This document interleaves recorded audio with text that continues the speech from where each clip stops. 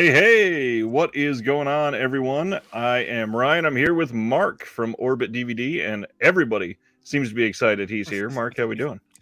I, are they angry? Did they have pitchforks and torches? Where's my No, package? everybody Where's my everybody package? is very happy with Orbit, Oh, and great, great. I've been preaching the good word of Orbit at least a year and a half, and it seems like the last year everybody is suddenly starting to pick up. Have you seen a giant increase? Oh, it's exploded. Yeah, yeah. Yeah, I don't want, I don't know how much time you have or whatever, but tons. basically, uh, long story short, video store been operating for 20 years. Pandemic hit.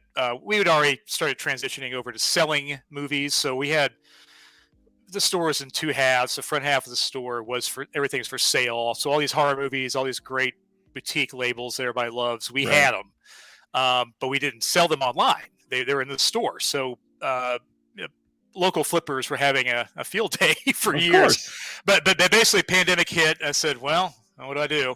And I was like, well, I got a website I don't use, so I just started just dumping stuff on there. And I think some of you guys actually were keeping us a secret because I had my philosophy is if I can get something wholesale, I'll never sell it more than the retail Right. price. So I was selling like the like dolls with a slip cover for $35. Yeah. I was seeing on eBay is already going for like 100 and stuff like that. So Yeah. so some of you guys were not really spreading the word for a while, but I think once word got out that we we're around, it definitely has gone up in popularity for sure.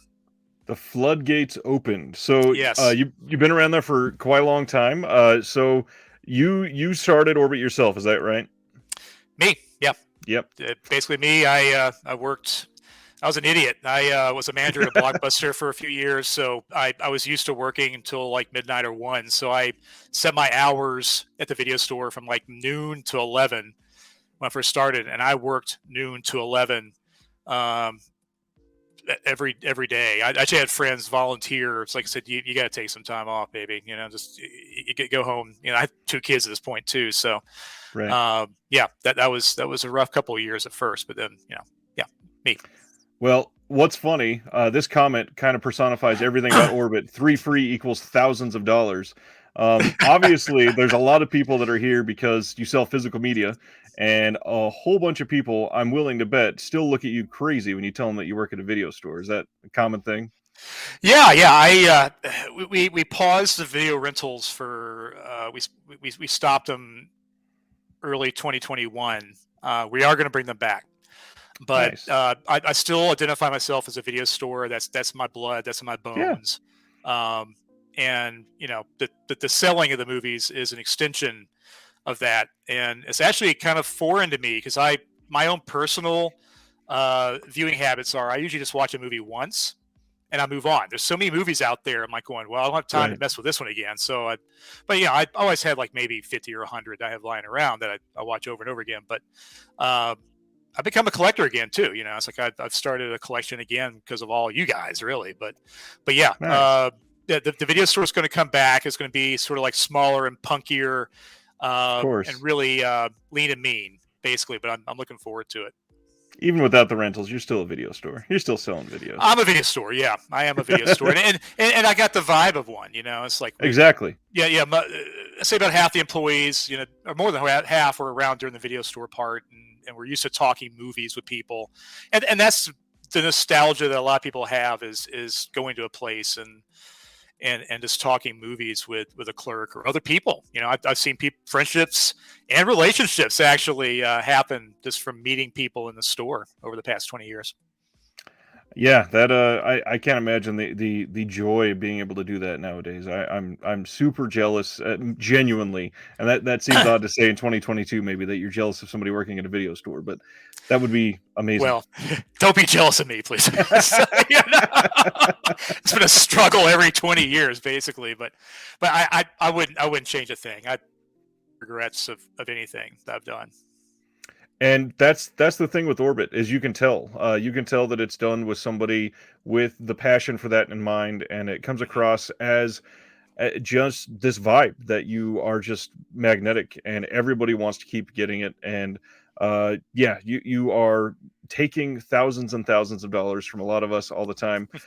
For example, we got somebody in the chat that says, "This channel introduced me to Orbit. So happy to spend my money with you guys. Mark, you guys are great, and that 3-item shipping deal gets me every time." It's a little psychological in it. Yeah, it's It absolutely. truly is. Well, One of I the think a lot of places have like a spin a limit free shipping, which is great as well. But for us, it's like it doesn't matter if you I had a guy early on, and he gamed the system. We were selling video games Mhm. in the beginning on the website. They're just local only for right now. We are going to do something in the future. But anyway, he got all sorts of sports games, 25-cent games we had for free shipping, and we did it. The shipping was more than the actual games were, but he got the deal, and it's like going, I got to honor this, So yeah. Well, that hurts. Yeah, I get it though. We've learned from our mistakes, like really bad mistakes, for sure. I will say one of the things that a lot of people are not cognizant of because they go there primarily for movies is that you also have a hearty selection of books. Gosh, I think it was November. I went in there and I only had 2 things that were on my list that I got to get from Orbit right now. What is the third thing? That psychological trick killing me. But it was November, so I needed an extra gift for my kids for Christmas. And I went in there and you had the little golden book of Haunted Mansion. It was Oh $5. yeah. Yep. Free shipping. I mean, how do you argue with that? It's a Christmas present. Help me out. Everybody wins.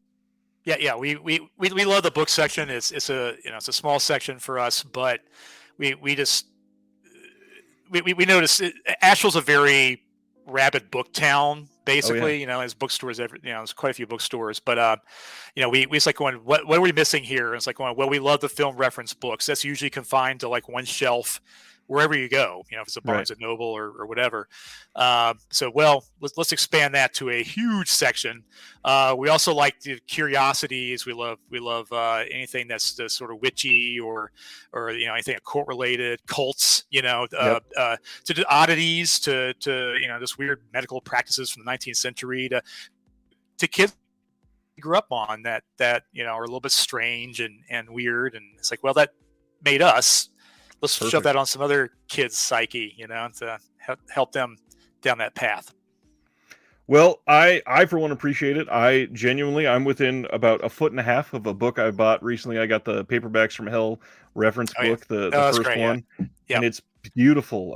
Glad that you're doing it because it seems like hardly anyone else is. That's not Amazon, sadly. Well, it's a good pairing. It's like we said, well, you're buying these movies, why not get the book on this film director or this genre or whatever, It's like my favorite genre is, I used to call them spaghetti westerns, but a lot of the directors take offense to that. So Italian westerns, basically. There's so many great reference books on those, and it's like you're really, even just reading a blog or discussion group, you can't absorb what a well researched author can do in these books and whatnot. And of course, the color photographs are amazing and things like that. Well, you took the words out of my mouth. I was about to try to segue to the announcements with what is your favorite genre of movies, even though I knew it was westerns.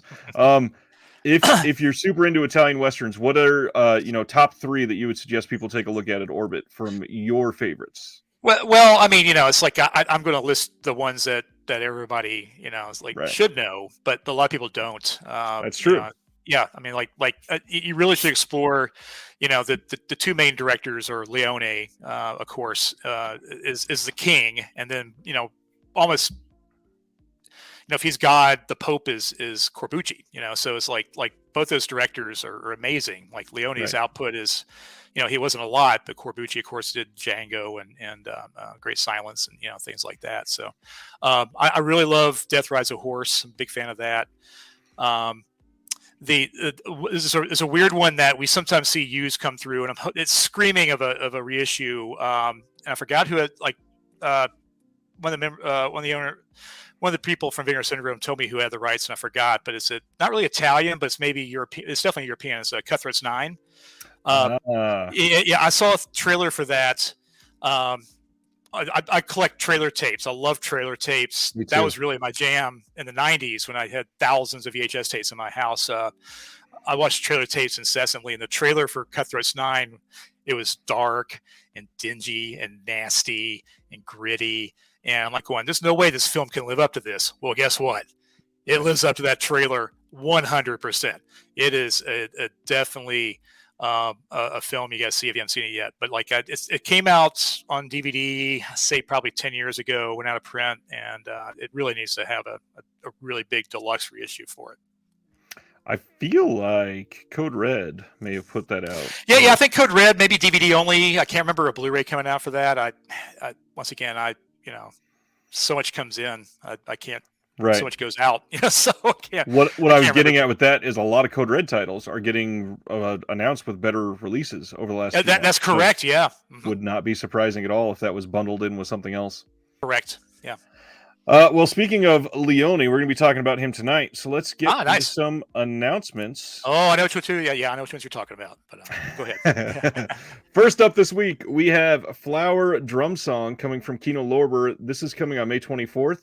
This is Rodgers and Hammerstein's film. This is getting an audio commentary by star Nancy Kwan with film historian Nick Redman involved. A whole bunch of special features, surprisingly, on this one. And we are... we've been due for a good release of this film. Are you familiar with this one? I have, yeah. I personally haven't seen it, but Kino is kind of our dark horse label for us. They just do quality, amazing work all the time. Kind of don't get the kudos that a lot of the other places do, but they're maybe it's the fact that they're putting everything out. It's like they're not focusing on one genre or anything like that. But yeah, excited for this one. It's hard to argue with when they put out 5 quality titles every single week. Yeah. All right, so Flower Drum Song coming at the end of May. Next up, we got announcement that Fractured Visions is putting out 1997's Doberman. This is with Vincent Cassel and Monica Bellucci, both from Irreversible. And for those that don't know, Doberman is the world's most ruthless bank robber, and with his gang rob bank after bank. Now in Paris, what can the police do but to let the mad, morally bankrupt police commissioner loose on him? And Fractured Visions, they've put out, I think, 3 or 4 titles so far. They do pretty dang good work. The track record for them has been great so far, so we're very happy about this. Yeah. And I believe you've carried Fractured Visions. You should have this one, right? Mm-hmm. Oh yeah, we'll definitely be carrying it for sure. A lot of it. I immediately placed a huge order for this title. Yeah. Good to hear. Next up from Kino, we are getting Search for Beauty. This is a classic from 1934 with Ida Lupino, and this is directed by Earl Kenton, who did Whodunit and House of Frankenstein. I'm not familiar with this one at all. Me neither. Great pedigree though, so we'll see what happens. Yeah, huge pedigree, but this is a big blank spot for me. Is the 30s and 40s. I really would dive in. Outside of horror and then like some of the musicals and stuff. Yeah, for sure. Yeah, some of the noir, but that's about as far as I go. But one I am familiar with, we are getting The Mad Magician from Kino Lorber. This is coming in 3D and 2D, and I cannot wait. I adore Vincent Price. Yeah. Same here. He's one of our heroes for sure. He is so much so that it's even within arm's reach. I've got a little bust watching over me all the time. Yeah, I should have been wearing my Witchfinder General shirt, but I'm not wearing it tonight. But Witchfinder General is that's a classic. I love that. So good. This one was released previously by Indicator, but that one was not in 3D. They only had the 2D, and this is going to be. Kino does really good 3D work. They generally have the 3D film archive in to restore it really to perfection. And they've put out, I want to say 4 or 5 in the last couple of years, and they are just every single time out of the park. Yeah. It's kind of surprising that people still are releasing, because like the 3D craze that hit the theaters has kind of died out a little bit. Well, a lot, really. Right. So it's great for them to keep doing it, for the fans. And they're not even producing 3D TVs in the U.S., which is sad. That's right. Yeah, we get a lot of requests for 3D movies, which we of course buy used from people all the time. So it's still popular, but people are having a harder time especially finding imports on 3D. Mm-hmm. They still do a lot of 3D overseas. Yep. Next up, we got a whole bunch of announcements from Umbrella, which seems to be doing pretty well for you guys. Yeah. We were able to get to we like finding things. We also like finding cheaper things. So we had Australia titles first through an American distributor that was pretty pricey, but we were able to go Right. straight to the source and able to get them at a much better price. And of course, we pass the savings on to you guys. But it's mainly Umbrella and Imprint down there right now. A few other places like Madman and things like that. Right. And I personally love Imprint. I somehow have almost kept up on all of them. And Wow. everybody always asks, how do you get Imprint? Because it's so expensive for shipping direct. And I always say Orbit because there are a couple other places that sell them, but most of them go through that American distributor, which if you go to those other places, they're at least $10 per title more just Right. for a single movie from Imprint. So Right. you guys are my go-to easily for Imprint. Yeah. Yeah. Now Australia's had a tough time with COVID, and we've seen a lot of production delays and shipping delays and things like that. But it seems like that worldwide it's petering out. So the releases have been more. People say, "What this is supposed to be coming out on the 22nd." I said, "Well, they say it's supposed to be coming out on the 22nd. We hopefully will see it by the 22nd. It might be Right. the next 22nd when you see it, but it seems Right. like that they're hitting the street dates here past couple months. So fingers crossed that'll continue. I have noticed an improvement, so that's a good thing. Yeah. So let's dive into these. This one is one of the April titles from Umbrella. This is Blue is the Warmest Color from 2013. I believe this has a Criterion release It already. is. Mm-hmm. This is coming as part of the Sensual Cinema line, and this is, I think, the third or fourth one of these. And a lot of people are jumping on these as one of those. I got to get them all since it's such a young line Right. and just grabbing everything. This one is Adele's life is changed when she meets Emma, a young woman with blue hair who will allow her to discover desire and to assert herself as a woman and as an adult. In front of others, Adele grows, seeks herself, loses herself, and ultimately finds herself through love and loss. And I believe all of these are old archival extras, nothing brand new here, but still, if you don't have it, this will actually probably be cheaper through Umbrella. What we tell people is the Umbrella releases are sometimes considerably cheaper than the American counterparts out there. Yeah. And for the vast majority of time, I think almost all from Umbrella have been region free so far. Pretty much everything from Australia. I don't think we really run into anything. Someone mentioned one title from a few years ago, but pretty much every single Australian release has been region free. I guess it's whatever their copyright laws are down there. Which is astonishing. I'm glad that it's like that. Oh, absolutely, yeah. Next up from Umbrella, a very familiar title for a lot of us. On April 6th, as part of their Beyond Genres line, we are getting Child's Play. This is the original. This is the 17th Beyond Genres title, and they seem to be ramping up these Beyond Genres one.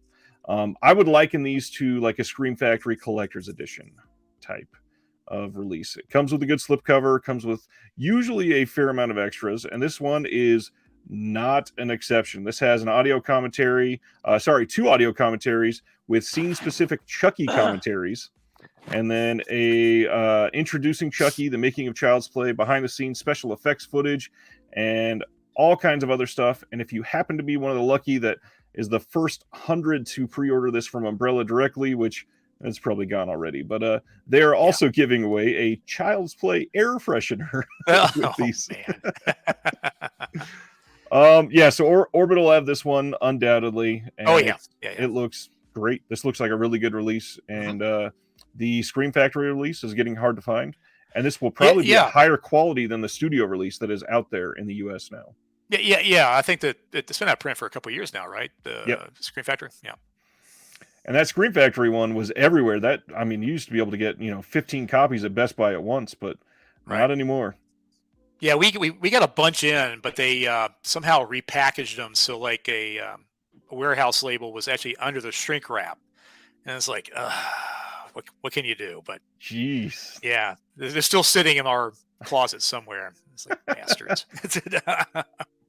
Next up from Umbrella, another one of their lines. They're doing the Ozploitation classic titles. Ozploitation, that is a word. This is Harlequin from 1980. And important to point out, this is another young line from Umbrella. This only started just a few months ago. I think this is number like 4 or 5 in the Ozploitation Classics, and this is from 1980, and most likely going to be region free as well, since most of them are. And this has again a lot of stuff on here, but this is a title less people are associated with. So I'm going to go over the synopsis for everybody. In this supernatural political thriller, a hypnotic faith healer, Wolf, saves the life of the son of a wealthy government senator, being groomed for power before both the senator and his wife fall prey to the enigmatic Harlequin's spellbinding powers of manipulation. A modern-day reworking of the story of Mad Monk, Grigory Rasputin, the faith healer and mystic who held a darkly charismatic influence over the Russian Tsar. This atmospheric chiller in the tradition of Rosemary's Baby and The Omen boasts dazzling special effects and a top-notch international cast headed by Robert Powell, David Hemmings, and Academy Award winner Broderick Crawford. And this is a chock-full release. They've got the extended Not Quite Hollywood interviews. They've got a 2004 audio commentary with the director and producer, archival interviews with the actors, audio interviews with the director, Ozploitation retrospective interview with critic Kim Newman, who is always great, and all the stuff that's always on there, like stills, poster gallery, trailers. But this is one. I don't think there's a U.S. counterpart to this release that's anywhere near this. Yeah, I want to say maybe 88 Films just releases too. I can't remember. Somebody like that, yeah. Yeah, I could probably find out here real quick. But like, I love the Ozploitation. This is I think Umbrella's time to shine, to putting out the Ozploitation classics. It's like when this is our wheelhouse. This is us. Right. So the films in this line are amazing. And they are packed, like you said. They're absolutely packed with extras, and definitely worth checking out.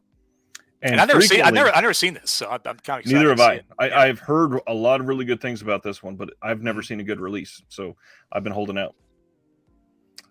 Next up from them, they got a retro horror double feature. Just wanted everybody to know, if you don't have either of these, this would be a good sort of budget way to purchase these. We got Island of Lost Souls and then The Black Cat. That's the one with Boris Karloff and Bela Lugosi. And that is their retro horror volume 4. Yep. And then speaking of Ozploitation classics, one of the most famous Australian films of all time. They are putting out Long Weekend from 1978 as part of their Ozploitation Classics line. And this is an immediate purchase for me. The day that it hits orbit, I cannot wait to get this one. Have you seen Long Weekend? Oh, yeah, of course. Yeah, this is, like when they talk about the Ozploitation films, that this is always up there and a must see. So I saw this a long time ago. I need to rewatch it, actually, because it deals with themes that perhaps an older person like myself can probably appreciate more than a 20-year-old self can do. But right. Yeah. This is a fantastic movie, and this is exactly when I'm thinking Australian films, what I want to see, basically. Yep, this is basically what I would say is the epitome of this line. If you want Ozploitation classics, this is the definition. And a really cool thing is it appears that it's coming with the original soundtrack CD, which is an exclusive. I don't think the U.S. release had that at all. Okay, nice. So that is a really good one coming. Next up from them, a Marx Brothers collection. This is covering 1929 to 1933, and it's all of the biggest titles that you think of when you think of the Marx Brothers. We got the Coconuts, Animal Crackers, Monkey Business, Horse Feathers, and of course, Duck Soup. And I would assume that most people have seen at least one Marx Brothers film, but if not, this is a really good way to get 5 of the best out there all in one little release. And I imagine this will be, again, fairly cheap through Orbit. Yeah. I think this is a pretty affordable line. We love, of course, the horror films. That's what sort of attracted us to finding, these releases from other countries. But we started dipping our toe into like classic comedies and whatnot, and we have been very, very surprised on the reaction from you guys, basically, of these films, because this has been repackaged to death by MGM or Warner Brothers. I forgot who has the rights. And Arrow, actually, in the UK too. Yeah, that's right. Yeah. But we started carrying, like, say, Buster Keaton films, Laurel and Hardy films and whatnot, and you guys are just gobbling these up. Like we can't keep them in.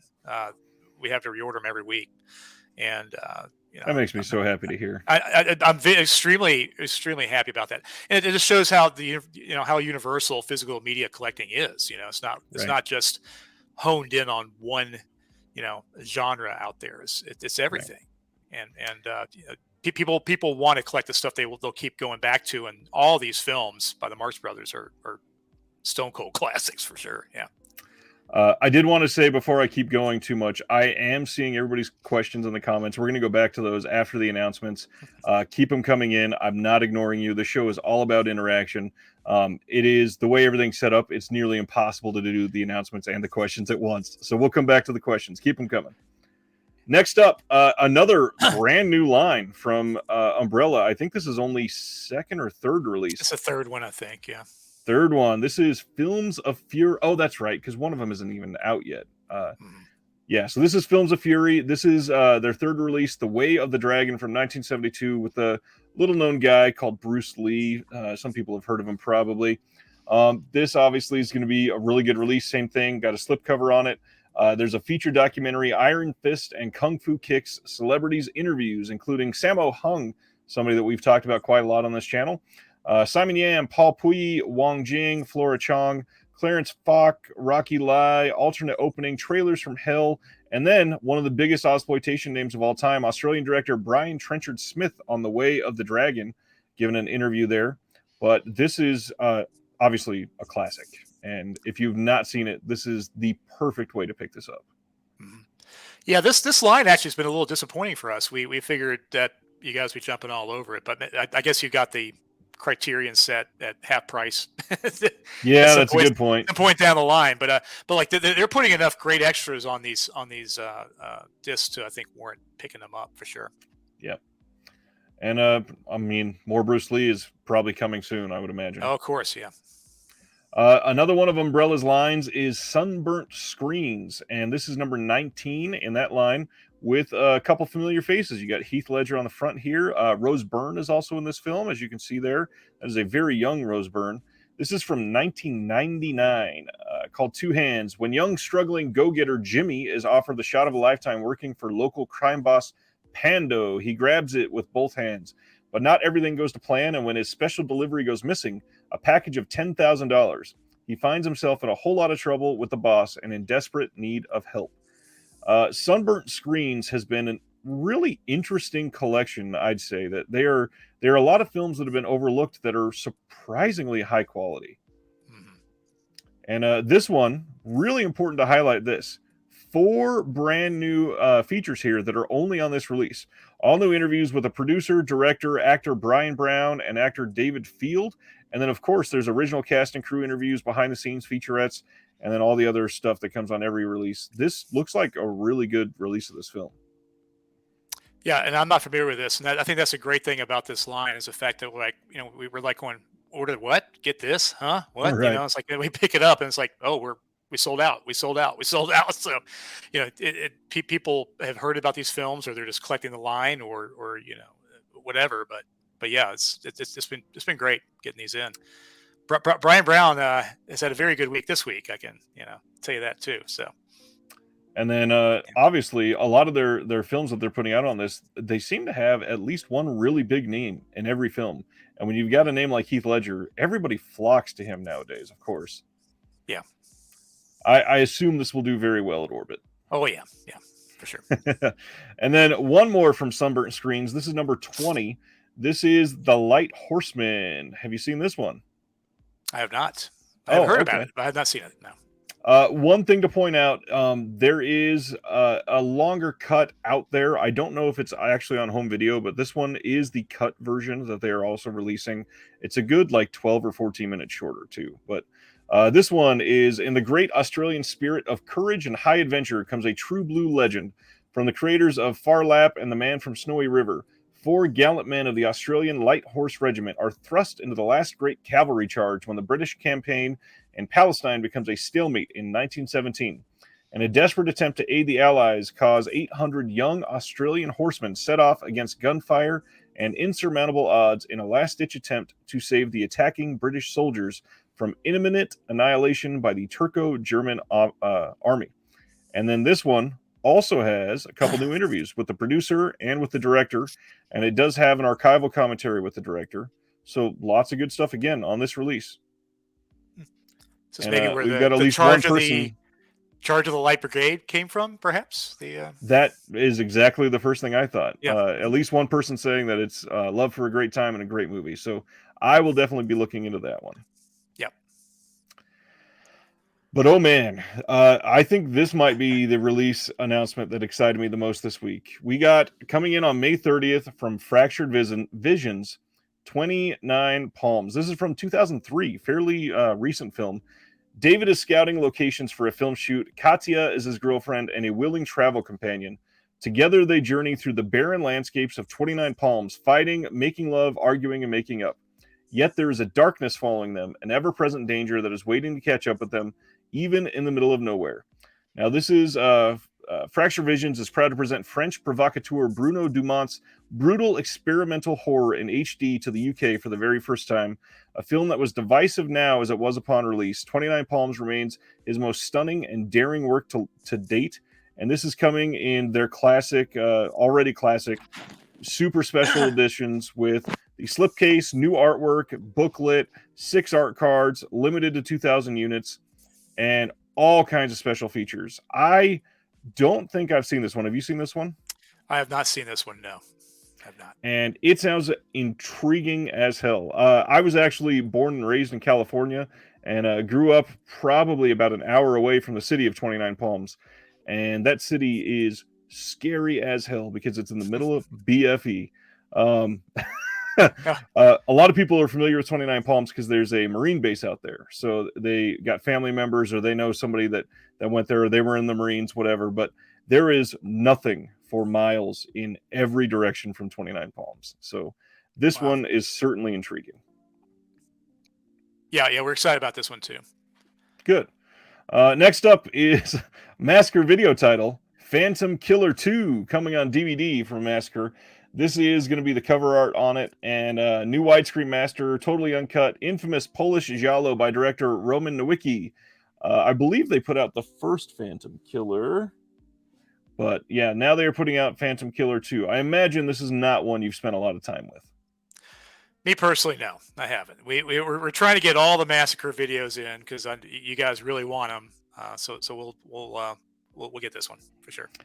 The hard part with Massacre is that they take a long time to ship sometimes, but it seems like the distributor will get them to places like Orbit very early. So if you're wanting something on time or in a lot of times early, Orbit is kind of the place to go. And they're not going to spread that word, but I'll spread it. That's fine. Yeah. Excited about that. Obviously, there was a flash sale for Criterion this week, but that's over, so we're going to skip over that. Let's get into the fun ones for Mark. So coming on May 31st in a Kino Lorber slipcover, wonderful title in beautiful 4K, A Fistful of Dollars. Why don't you tell us about this one, Mark? Well, it's the one that started it all, right? I mean, it's the film that started Clint Eastwood. It started the spaghetti western craze. It started everything. Yep. It was brutal. It was violent for the time, and it really sort of pushed, I think, film forward tremendously. And I'm super excited about this one for sure. This is a great announcement. Again, this is going to be a 2-disc release. Disc 1 is going to be the 4K with over, well, first off, I find it kind of weird that they list this like it's an extra. Over 24 hours of extensive shot-by-shot color grading of the logarithmic restored by 4K files provided by the Italian company. That's not an extra. That's just restoring the film. This has an audio commentary on the 4K disc by Tim Lucas, who is incredible. Yep. Audio commentary by noted film historian Sir Christopher Freeling. And this is coming with a 5.1 surround and 2.0 mono sound options. Subtitles, of course. And this is coming. They're not sparing any expense on this. This is a UHD 100 gigabyte disc, which means it will look wonderful. It's not going to be compressed or anything like that. Yeah, The Good, Bad, and the Ugly is probably my favorite 4K release so far. It's just stunning. It's stunning. So what do you think of the Django 4K? Django, I like a lot. Not as much as The Good, Bad, and the Ugly, but yeah, looks good. Like a lot of the Django thing has to do with timing, I think, out there, and just these sort of stutter stops of like, okay, it's out on Blu-ray, it's gone, right. It's out. Oh wait, we got the 4K. My guess is they probably were planning a longer window between the two, and I think that just sort of frustrated a lot of fans out there. Yeah, I obviously that's a long and storied thing, but yeah, I'm so glad that we got The Good, the Bad, and the Ugly, and I guarantee, obviously I can't see it because I'm looking at the announcements right now. I guarantee at least one person is saying, let's just repackage them all and get it over with. But we're going to talk about the third one in just a minute. First, I want to get over the Blu-ray disc is going to have the film on Blu-ray, audio commentary by Tim Lucas and Christopher Frayling that are on the 4K disc, but then all kinds of extras. We've got interview with the actress Marianne Cook, the Christopher Frayling Archives, A Fistful of Dollars, New Kind of Hero, Clint Eastwood on the experience of making the film, Three Friends Remember Sergio Leone, Not Ready for Primetime, renowned filmmaker Monty Hellman discusses the television broadcast of A Fistful of Dollars. I've never seen that featurette. I definitely need to see that one. Yeah. The Network Prologue with Harry Dean Stanton, location comparisons from then to now, trailers from Hell, Fistful and Pictures Image Gallery, outtakes, all kinds of stuff. This is just going to be a loaded release, and if you are into this style of film, not one to miss. And I'm sure they'll make more slipcovers than they did with Good, Bad, and the Ugly. I remember that being a hot commodity there. I laughed because The Good, the Bad, and the Ugly is the first Kino title where the slipcover suddenly cost a ton on eBay. Yeah. And within like 2 months of release, it was literally over $100 to get one of those with slips. Yeah, I was talking to them about slipcovers, and they said we made a mistake. I said, so did I. I did not order enough, but because like we had our initial allotment, which is a decent amount, and we weren't as popular then as we were now, but we got a restock like 2 weeks later and they were gone, slipcovers. But like just got hammered by emails and phone calls. Do you have the slipcover? Do you have the slipcover? Do you have the slipcover? It's like, no. Well, I personally do have the slipcover, but not for you. Sorry. And that's I'm sure we're going to be talking about it later, but that is one of the best things about Orbit is for all the people that are super hooked on slipcovers. Orbit will tell you when you're purchasing something if they have allotment with the slipcover or not. And not everybody will do that. So it's not a gamble. If you are on Orbit, you can look and see if it has a slip or not. Mm-hmm. Yeah. We want to change or give ourselves a tagline saying, Orbit, we're as anal as you are, basically. But we like having all the information. We like having all the information out on the title for you to see, basically. Yeah. Which is genuinely appreciated. I guarantee you. Oh yeah. Thank you. One of these great sets is time for us to talk about now. We are getting on June 20th only in the UK. Now that Indicator is also putting out releases in the US, a lot of people have asked, is this coming to the US? It is not. We are getting Columbia Noir number 5, Humphrey Bogart specifically. This is only coming to the UK, but I guarantee Orbit will have some of these to purchase. This is coming on June 20th, and the titles in this are Dead Reckoning, Sirocco, Knock on Any Door, The Family Secret, Tokyo Joe, and The Harder They Fall. Are you into Humphrey Bogart at all?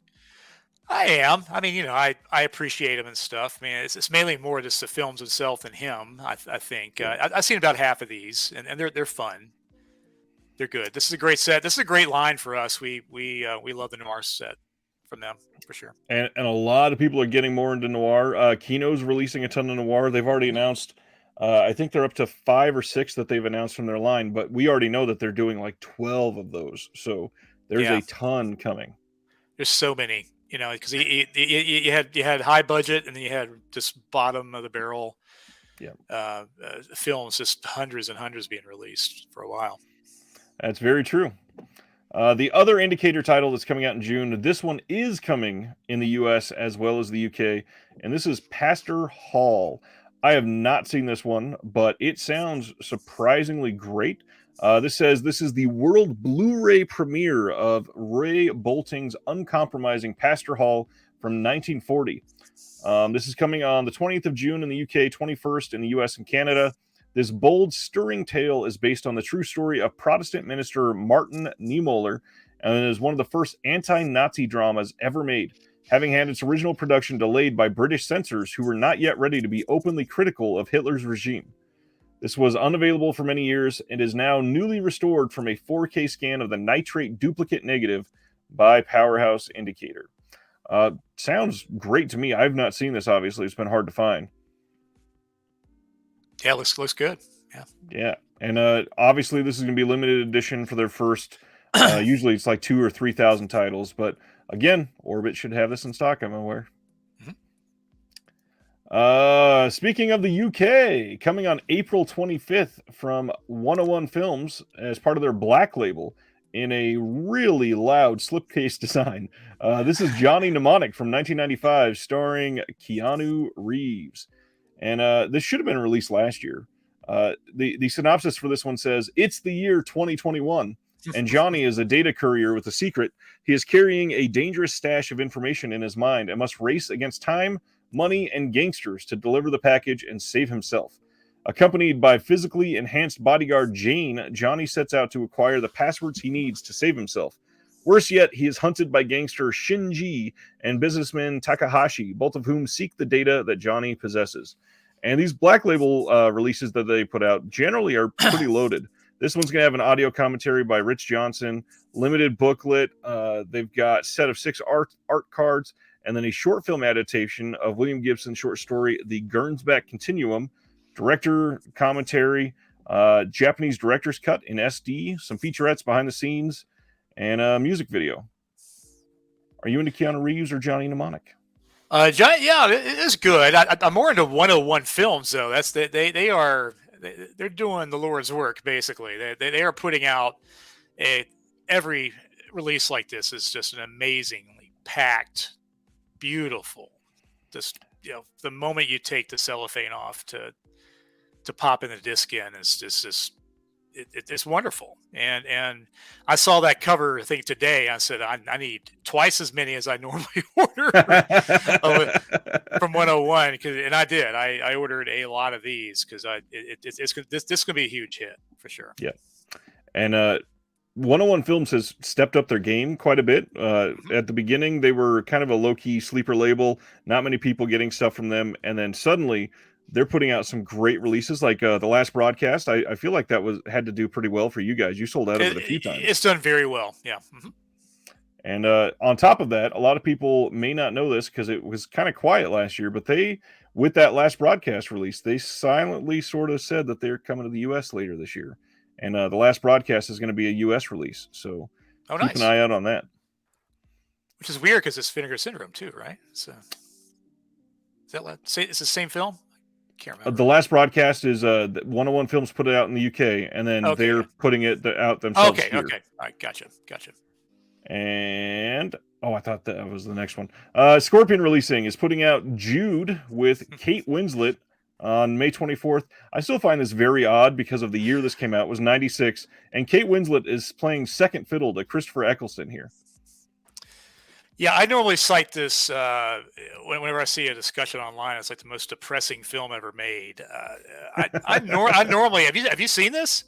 I believe I did back in the day. I don't remember it real well. It is. I mean, it's stark. It's a very real film, and Winterbottom, the director, Michael Winterbottom, was definitely a hero of ours when I first opened the video store up because he covered so many genres as far as a director goes. He did westerns, he did sci-fi, he did that film with 9 songs that had this explicit sex scenes in it and stuff. Right. A 24-hour party people. It's like this really forward-thinking, this amazing director and stuff. And this is an earlier work of his. And like I said, it's a brilliant film. It's an amazing film. But I honestly can't imagine owning it. unless you want to kill a party, it's like I said, everybody out, I'm popping in, pop in Jude and party's over. This is it's got a reverse cover. This is the other side. And I just, again, it's so odd to see Kate Winslet playing second to Christopher Eccleston on here. Let's see. So for those that are curious, when he says it's dark and deep, this is what the synopsis says. After a brief but unhappy marriage to the daughter of a local pig farmer, he moves to Christminster to be closer to his beloved scholars. There he meets and falls totally in love with his cousin, Sue Bridehead, a thoroughly modern young woman whose wit and beauty captivate him. When they join in an illicit union that flouts society's conventions, fate takes a tragic turn. Jude is a mesmerizing romantic drama that explores themes of class, education, religion, marriage, and morality in Victorian England.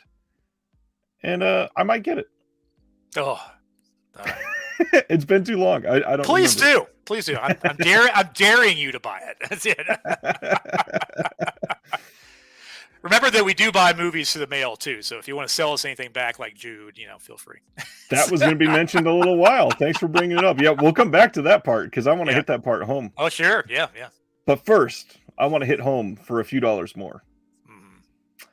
So Kino, they also announced within the same week that we are getting for a few dollars more from 1965 in 4K. And again, going all out. Disc 1, 4K on a 100 gigabyte disc. This is or 100 gigabit disc. This is the complete restored edit of For a Few Dollars More with extensive shot-by-shot color grading, audio commentary by Tim Lucas and Christopher Frayling again, newly corrected mono and 5.1 surround audio, and then the disc 2 Blu-ray has all of that same stuff, and then on top of that, a whole bunch of extra features that are not on the 4K disc, very similar to the one we just talked about. But one thing I wanted to put out is that there is new correctly synced 2.0 mono and 5.1 surround audio on 3 restored scenes. Mondo's first close-up is now fully unedited, Indio's laugh is now fully unedited, and the beating scene is restored in its full unedited form, which is a huge win for home video. Right. I had a major problem with that beating scene being out of sync. Now I'm happy that it's happening. No, once again, bravo, Kino. You're doing amazing work, and it's, definitely be in my collection for sure. Well, obviously, Italian cinema is known for being perfectly in sync, so I can't wait. I get upset when it is in sync. I'm like, going, what are they doing? I can't imagine watching a movie like Pieces or something like that, where the language would actually match up with the mouth movement. No. We got one last announcement today, and it was just kind of a tease. Le Chat Qui Fume from France is going to be putting out Lose the Flower of Evil. This is one that our label that we've talked about twice already tonight, Fractured Visions, put that out, and Orbit carried that one, and it's a pretty decent film. And just a little bit of a tease, the director may be on the channel here soon. Been talking to him. Yeah. We've chatted a few times. We've been trying to work out a deal to get some of his posters and stuff. A great guy, and we really enjoyed this film. We were fans of it, and happy to see another country putting it out. Besides the 2 we have already. And on top of that, he let me know in a couple of messages that it's not the only one. It's also coming to all kinds of places. But he sells the shit out of this movie. He is everywhere. Yeah. He's treating it like a road show. He goes everywhere. It is, yeah. I appreciate that out of him, but I want to see start working on your next film. Exactly. That's all I keep wanting to say. And that came out in I think it was 2019. Yeah, and it's been some time. Make another one. Right. Well, it's. You can't tell people what to do, but of course. The filmmakers I personally know, some of them really do, like him, really do work the film. And then some of the people going, I'm done with this. I'm done. I'm moving on to the next one, So yeah, I'm excited to see what he does next. I think he's one of the more exciting new directors out there working today.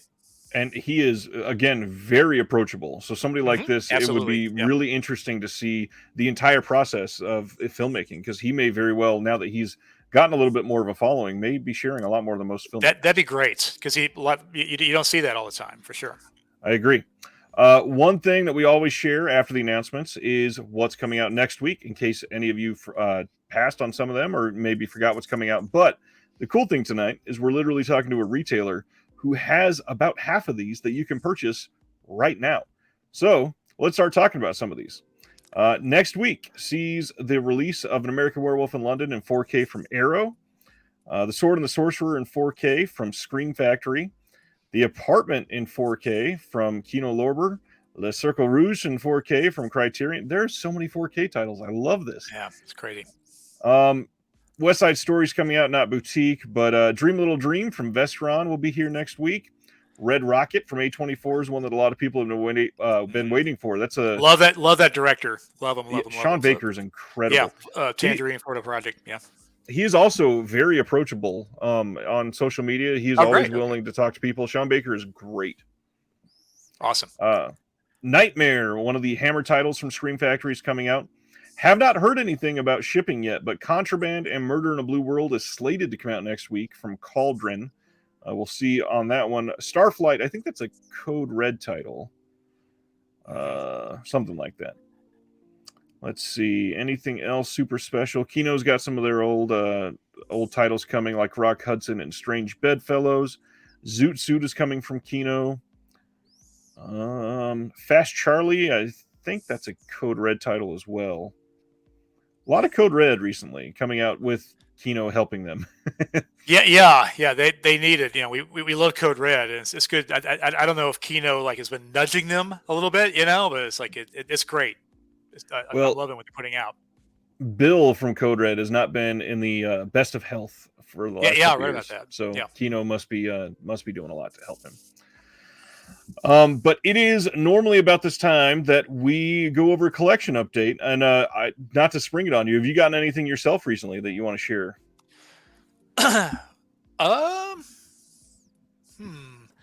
What have I brought home? I haven't watched these yet. Hang on. Yeah, you're good.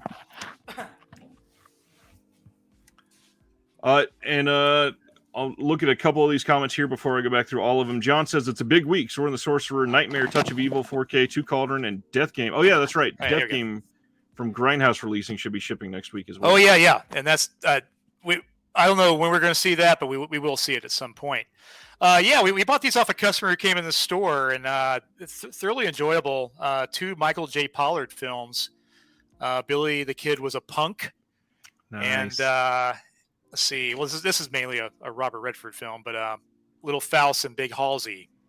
Never seen these before. There's so many 70s films that just fallen through the cracks. I mean, there's so many films that have fallen through the cracks, but the 70s, that sort of outlaw filmmaker movement, that's kind of my jam. I love seeing as much as I can of that, and even from directors you never heard of, or films you never heard of. It's been kind of a joy revisiting a lot of these movies.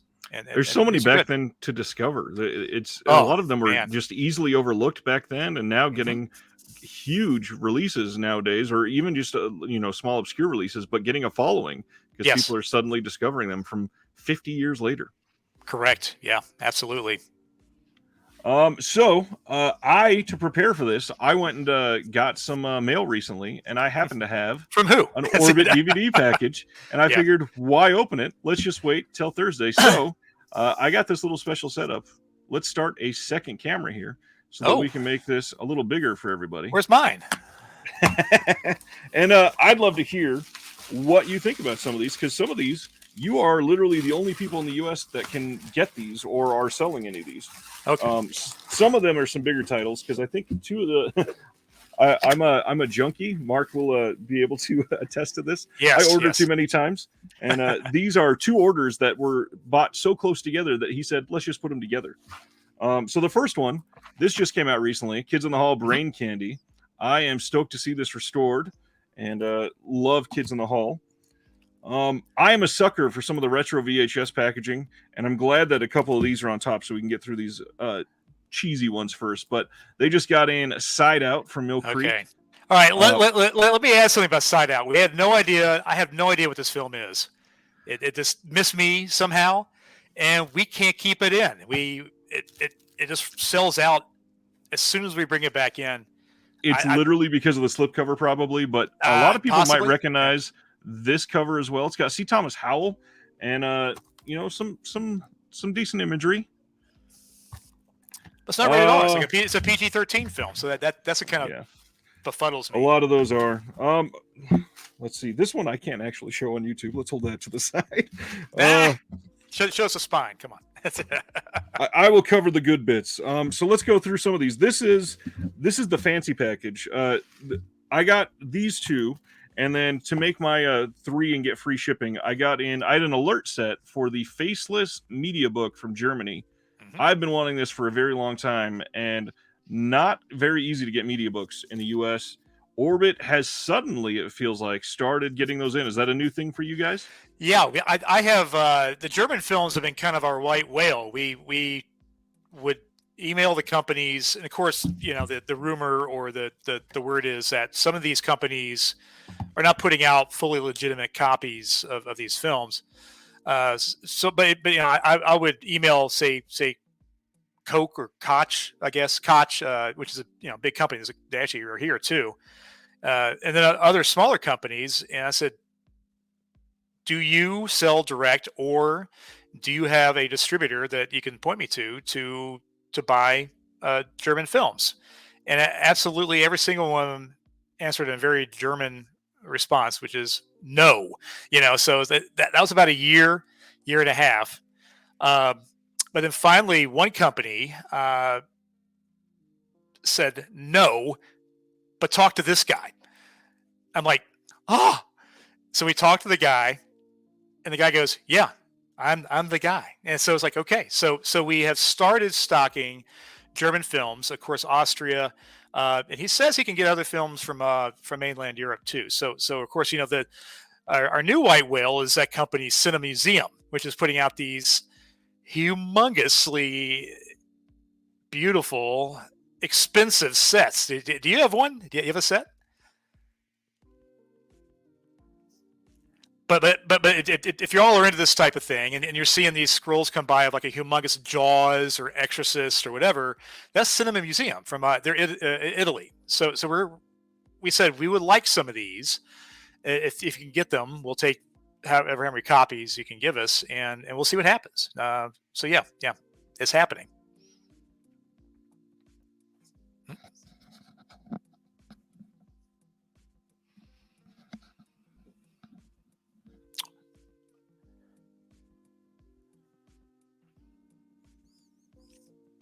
I'm sorry, I'm not hearing you. Sorry. Let's see here. How about now?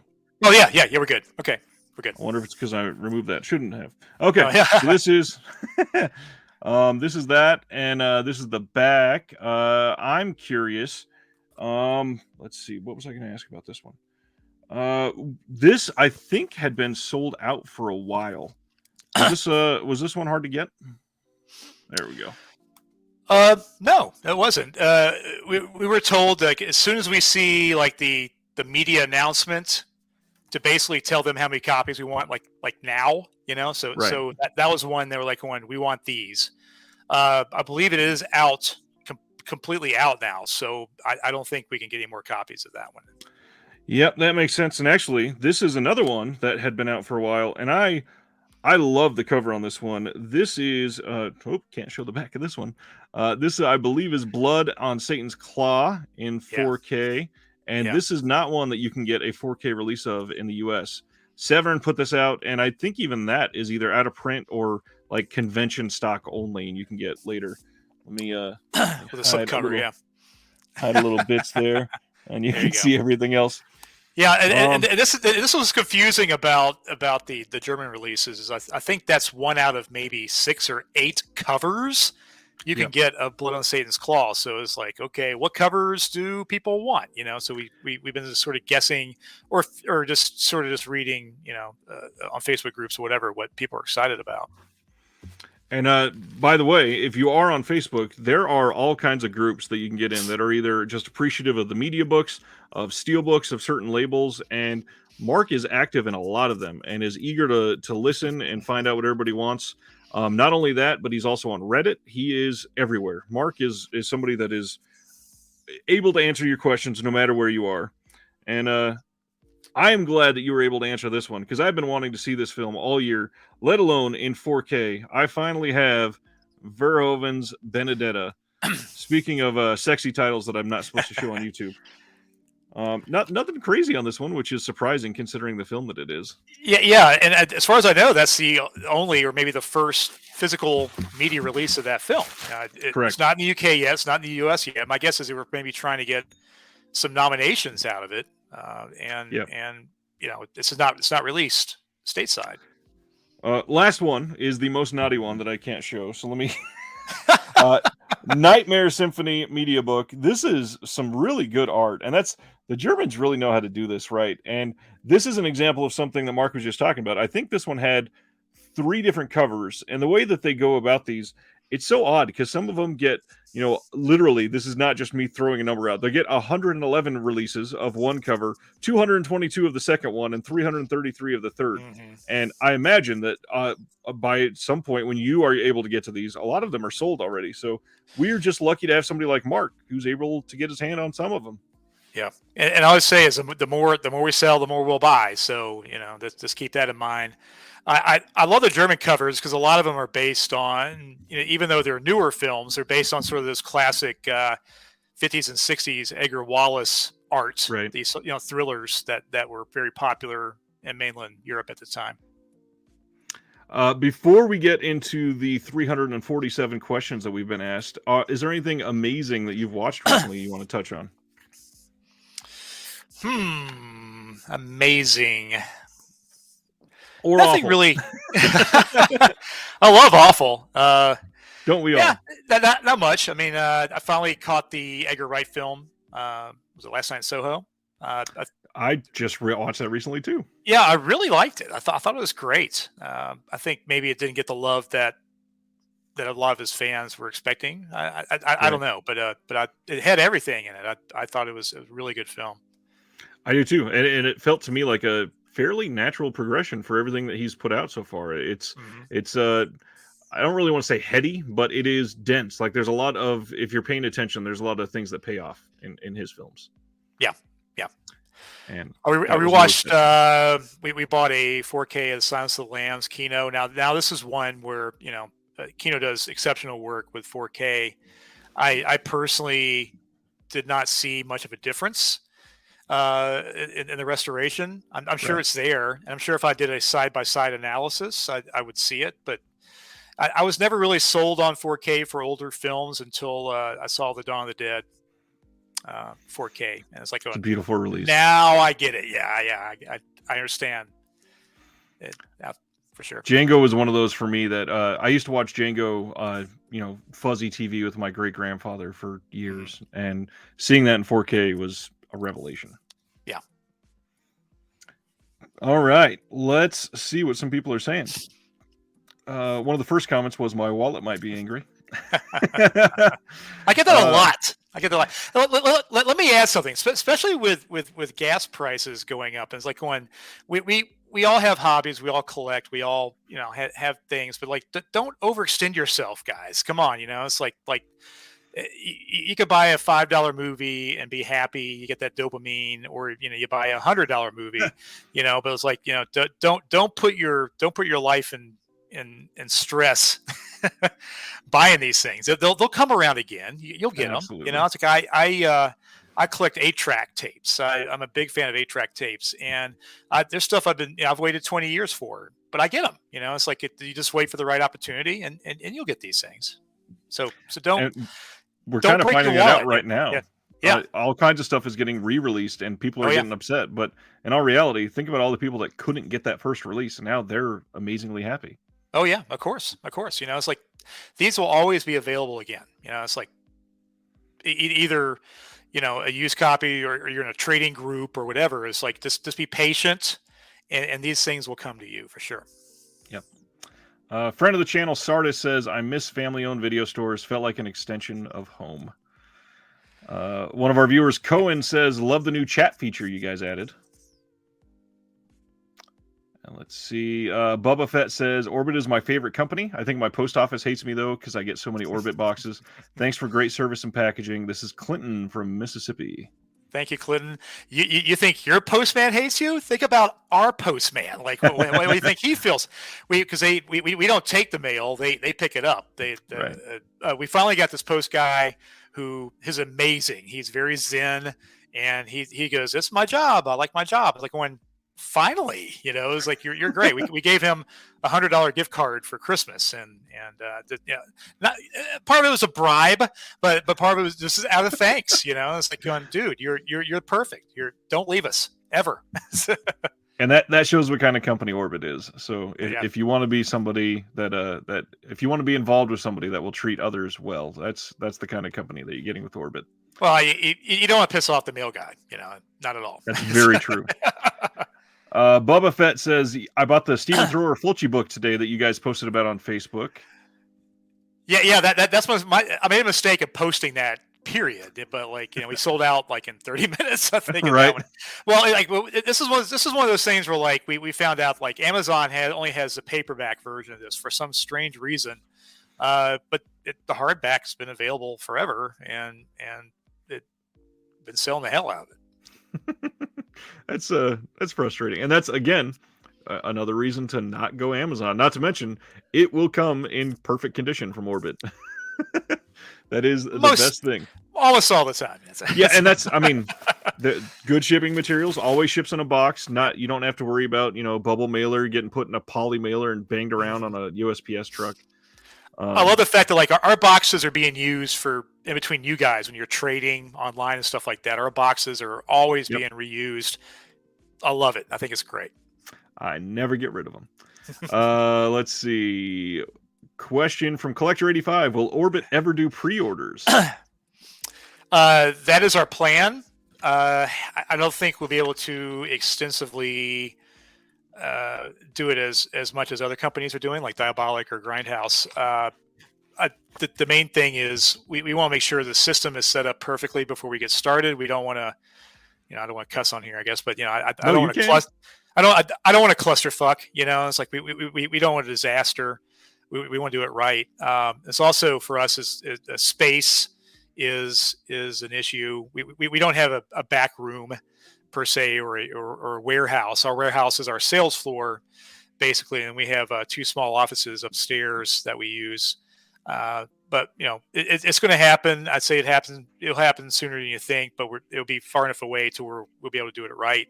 So I would maybe look at the very soonest, it'd be the summer releases, if not late summer releases. But I'm not 100% about that. This one, I imagine the answer is no. But Sardis wants to know: does Orbit have a physical catalog? We don't, and I miss the days of getting Video Search in Miami physical catalogs. A lot of these bootleg dealers back in the 80s and 90s had Xeroxed pages, and I would just scan through. I'm like going, "Oh, what's this? El Topo? What is this?" This sounds amazing. Sometimes they'll have a cool little graphic, really bad black and white photo next to something, but it's been copied 37 times. Yeah. We don't have anything like that, but it's most of it's online, and we're looking for ways to better present ourselves online all the time. Well, and it's also difficult to keep up a physical catalog when you're selling out all the time of stuff that you're getting in. And that's correct. And some of these titles, like for example, the Fractured Visions Lose, we sold, we I think sold 1/10 of the world's allotment of that film. Wow. And no one knew. It's like it just like, but it's like it was gone. It's like, and it kind of stinks. It's like we have to a lot of you guys are really rad about the social media presence we have, showing the stacks of the movies we get in. We have to time that right, because a lot of times some of those movies are gone. Like before we even in 5 minutes or 10 minutes, a lot of those movies could be gone out of those stacks. So we have to really time ourselves as far as receiving and then getting that shot and then getting it on social media before they disappear. Not to add to the problem or anything like that, but a little bit of shameless self-promotion myself here. I recently started a Patreon for the channel, and one of the things that I do is if you get the 2nd or 3rd tier, you get access to our Discord. And in the Discord, I have a channel set up for stock updates. And 90% of the time, it's, hey, Orbit has this title, go get it now if you want it. And half the time, it's gone before people can get to it. other than the email, notify me when available, that's on Orbit's site, I would say my Discord is one of the best places to go to find out when Orbit stuff is in stock, other than their own pictures. Yeah, and I appreciate that, and you know, it's you and other influencers out there that are really doing great work, championing smaller businesses like myself, and letting people know that we have these things. But yeah, thank you for that, for sure. And again, it's really easy to do because some of these films are stuff that we can't get here. And one of the most important things for me with Orbit is I don't have to worry about importing it myself. Orbit is taking that on, and now I can get free shipping from Orbit. And they're not as cheap as if you were buying direct necessarily, but I'm not paying $20 a title to have them shipped to the U.S. and then get tracking that's going to take 2.5 months to get here sometimes, and then get lost. And Orbit will deliver in hand with bubble wrap, and I will sleep soundly knowing that it's coming. Yeah. And the trick to ordering overseas, of course, is to order a lot to really take the bite out of shipping, which of course we do. Right. But you as a singular buyer, I know a lot of people wait for, to order from 88 Films or whatever, to get like maybe 10 titles at a time, just so that Exactly. shipping isn't $20 per film out there. So. Yeah, and that's obviously it's a lot easier to lose a single package than it is to lose a pallet. So that's happened. I would imagine so. Yeah. Let's see what else we got going on. I remember watching a movie as a kid where a person like this cuts off a finger and eats it like a carrot at a party. I think they were talking about Harlequin. Oh, okay. It's either that or the scary stories to tell in the dark, which is only a couple years old. So yeah, the toe stew or whatever they have now. Let's see. Oh, look at that. I said somebody probably saying that they need to put them all together and release it. And Sardis took care of that for me, so thank you. Jeff says they will do that trilogy after it is released individually. We'll see. Kino, yeah, there'll be a 3, then a 4, then a 5-pack. Then a 5-pack. Yeah, so I've seen all those happen before. Let's see. Nathan wants Kino to release Run with Kelly Preston and Patrick Dempsey. Another vote. Why not? Yeah. The U.S. indicators so far have all been sneaky great. And oddly, Indicator doesn't have a U.S. store yet, so Orbit is one of the most reliable places to get them. Huh. Yeah, it just turned out just by happenstance that our main U.S. supplier for the titles is working in tandem with Indicator, so it's worked out well for us. And it's funny because like the initial shipment we got from them back in January really was kind of soft. It did, right. But then I think once the word got out that hey, these are available in the States, it's really snowballed since then. Yeah. DVD fan, oh yeah, says keep up the great work, Orbit. So much awesomeness in stock constantly, and I can't beat that. Fast and 3 free shipping. Yeah, we like. I feel like that we're kind of like ninjas here. Like we like going strike fast. So a lot of this stuff, like we run out like going, let's get more, and then that runs out. It's like let's get more. Let's get more. Let's get more. Let's get more. We're not in, and this is maybe where not having pre-sales is one of the few things that works in our favor, to where like we don't get a huge amount of titles, then we sell out, and it's like, well, okay, we'll move on to the next thing. We're like going, we're going to keep getting this stuff until we can't get it anymore, and it might be 5 copies here, it might be 30 copies there, whatever, but like we're ordering weekly, bi-weekly from Europe, Australia sometimes. Jeez. It's stuff like that. Germany's taken like maybe twice a month, but we'll get there with them. But like for us, it's like just quick strikes, and that's why I think maybe we have these titles in stock more than like the Amazons you see and stuff like that. Absolutely. Where like it takes longer for them to get a pallet together to come in and then put those in their distribution centers and whatnot. And again, cover your ears if need be, Mark. But a lot of these titles are in stock at Orbit about a week and a half before release date. And not that he's breaking release date, but if you see them in stock, you can purchase them. And Amazon has been canceling pre-orders or literally like pushing out release dates on some titles, even though everyone else has them in stock. So if you want reliable, if Orbit has them, order them. Yeah. I'm a little confused about, I wonder if those could be just glitches in their computers. I'm not quite sure.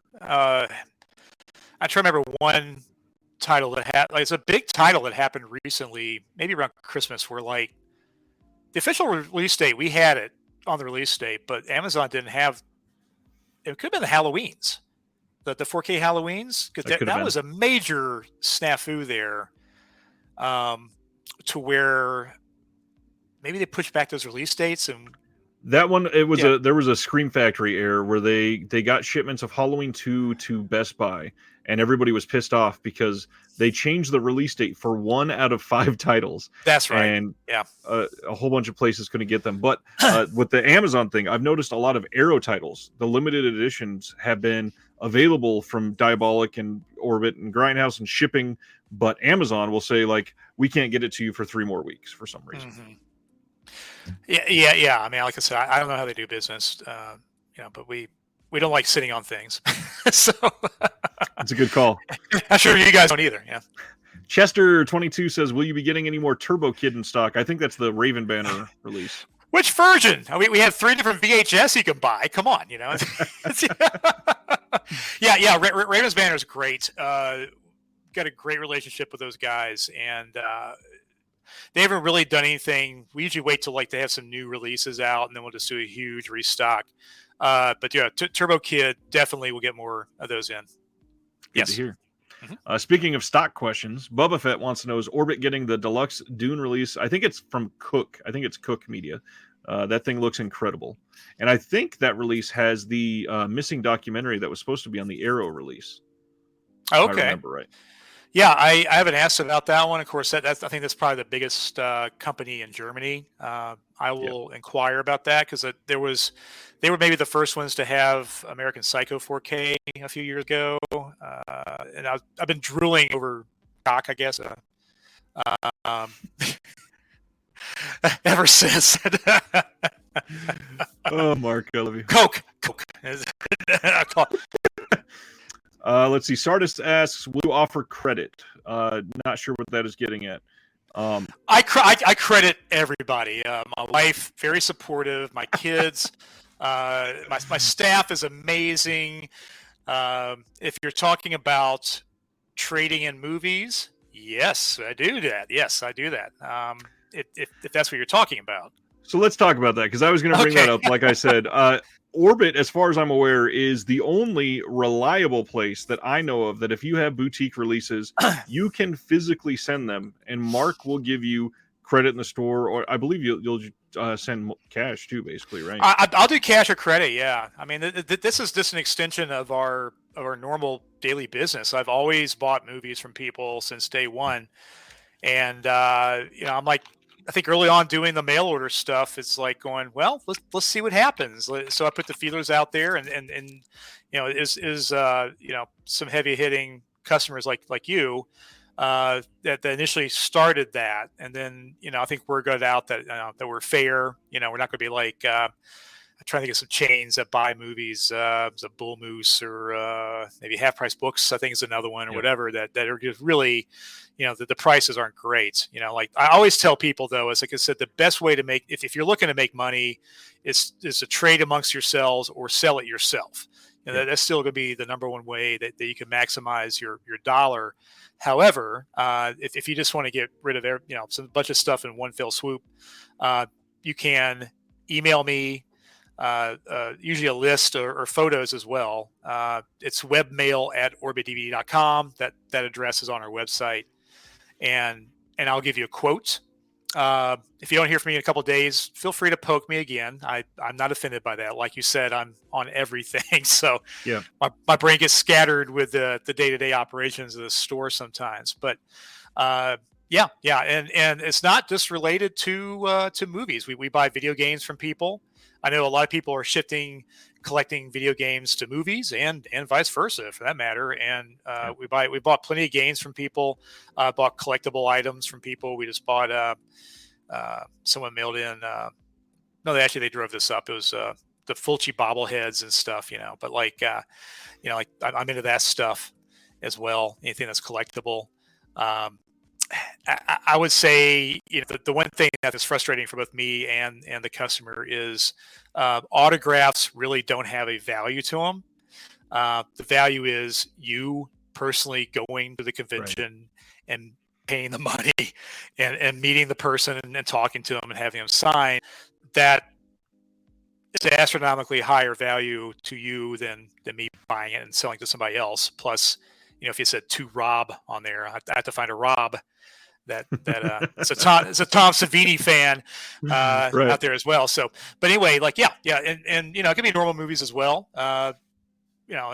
All y'all are unloading Mulholland Drive right now. So sometimes prices might be lower than other ones, but I'm always buying stuff for cash or credit. Bubba says, I was ordering from the UK for 88 Films in Eureka, but I'm going to just get them from Orbit from now on. Jeff wants to know, has the supply chain issues affected you at all, other than the obvious like delays on release dates? Well, yeah, I mean, like there's really only one country we're having the problem, and we just mentioned that a few minutes ago, which is Australia. Australia is the only one that there was a really dramatic effect on the production and shipping of the product, because I think they were getting absolutely hammered by COVID, like more than we were, and they had to really install some stricter guidelines there for a long time. I'd say probably I think they just got out of it. It's been really bad. For them. So for us, it's not really what you not think about, like the boxes. Like we had to we ran out of boxes, and it's like, so we're scrambling. We have to maybe get the next size up, that's an inch longer or whatever, or the bubble wrap or whatever, and a lot of that is a problem. I have to admit, as far as us going to you, the post office has been doing amazing work. I mean, we always complain about them. Yes, some packages get stuck in Memphis for a month.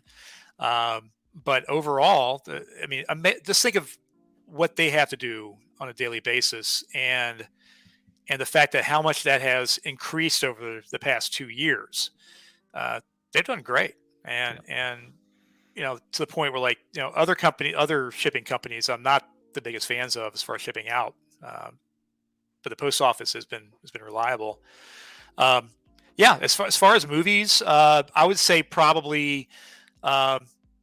As far as supply chains, we have seen issues. I'd say Massacre Video. I think they told me, it's one of the smaller companies told me that it's like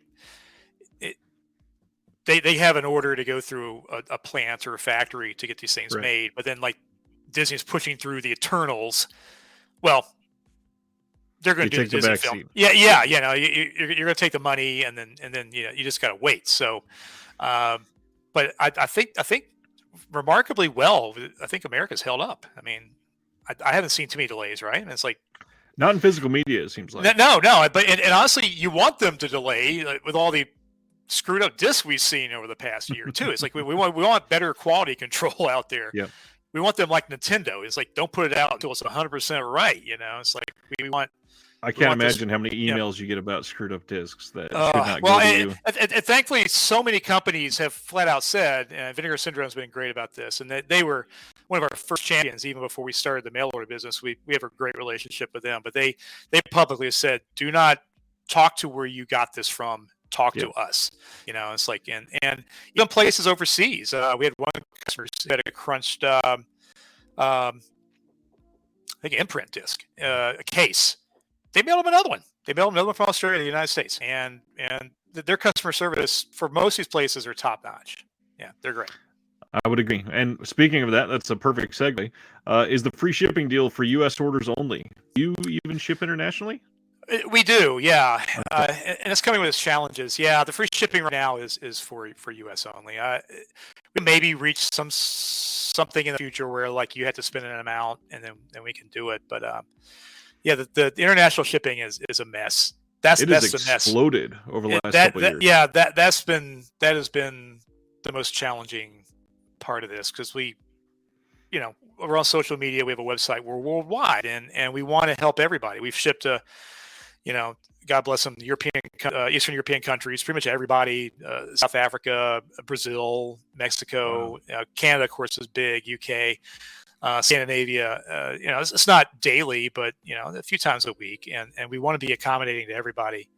But we just got word today. One of our customers got slapped with a $30 fee from Canada. Oh. We don't know why. We're trying to figure this out. So it's just constantly shifting and constantly changing, and we're trying to keep up with it. But once again, maybe like the pre-orders, something in the future we can visit that.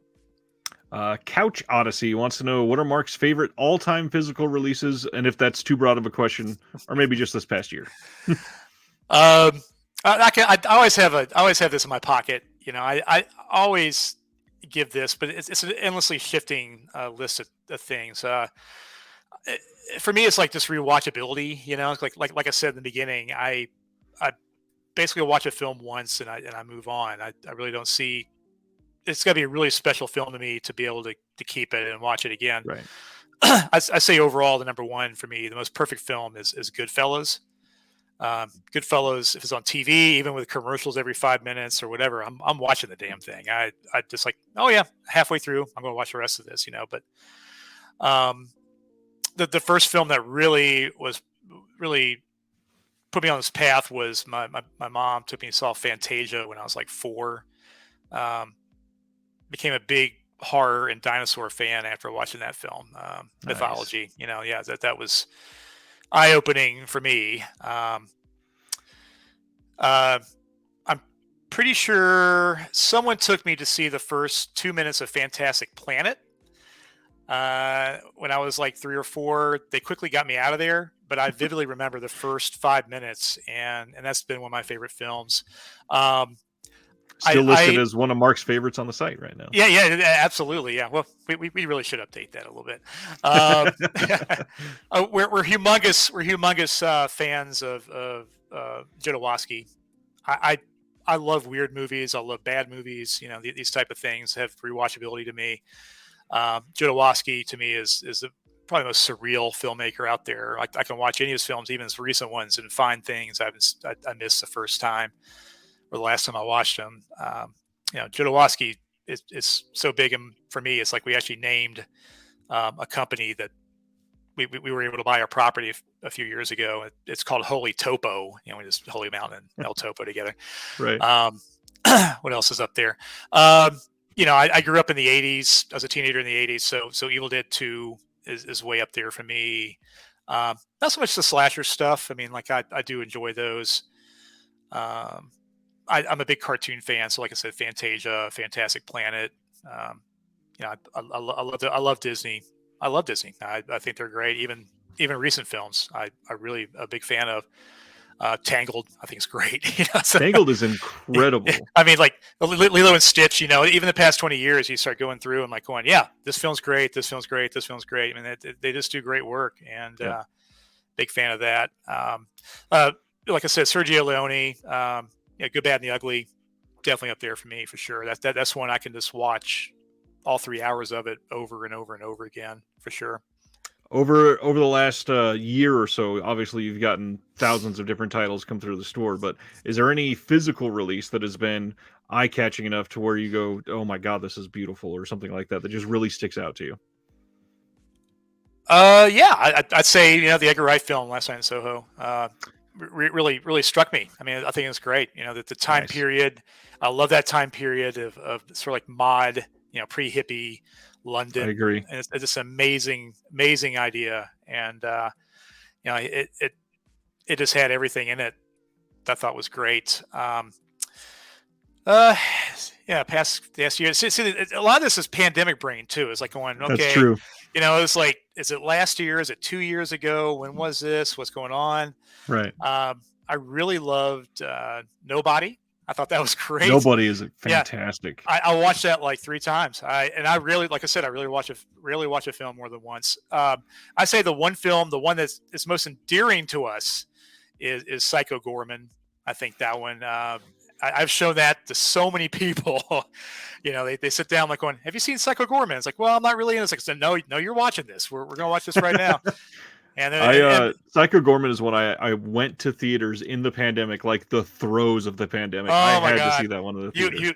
You took one for the team, baby. Yeah, you went Had in there to. and did it. Yeah, that's fantastic. Yeah, Psycho Gorman. That to me, those filmmakers, I guess it's loosely the Astron 6 guys, but like it's like that is me. It's like they grew up watching the same things I did. Yeah. Now they went on and did stuff physically, making films, making models and puppets and things like that. It's super creative, and like that. But we all came from the same wellspring of media and things like that. And Psycho Gorman to me is just the pinnacle of what I want to see in a film. That the physical release of that, the extras on that are incredible too. All the featurettes on how they did all of the special effects on that, and how it was all prosthetics. Yes, and, done practically. And that's what you want from a special feature is stuff stuff like that for sure. And I love the fact that like we're probably on our, if you count the VHS, we probably have had 8 or 10 versions of Psycho Gorman in the past year. And it's a fairly new movie. That's crazy. It came out physically a year ago. It's like Yep. it is a year old, I think, physically, and it's like, okay, we're gonna do this, we're gonna do this, we're gonna do this. It's like, and y'all are eating it up. This is great. Very specific question from Mitchell here. Is there going to be a restock of the Italian collection's 88 films, specifically the region-free titles? Yeah, we ordered direct from 88 Films, so they release things. Now once again, I I don't know if they find these things deep in the warehouse like Charles Band did with the Gorgon Right. VHS tapes years ago, or they're reprinting these things. Who cares, right?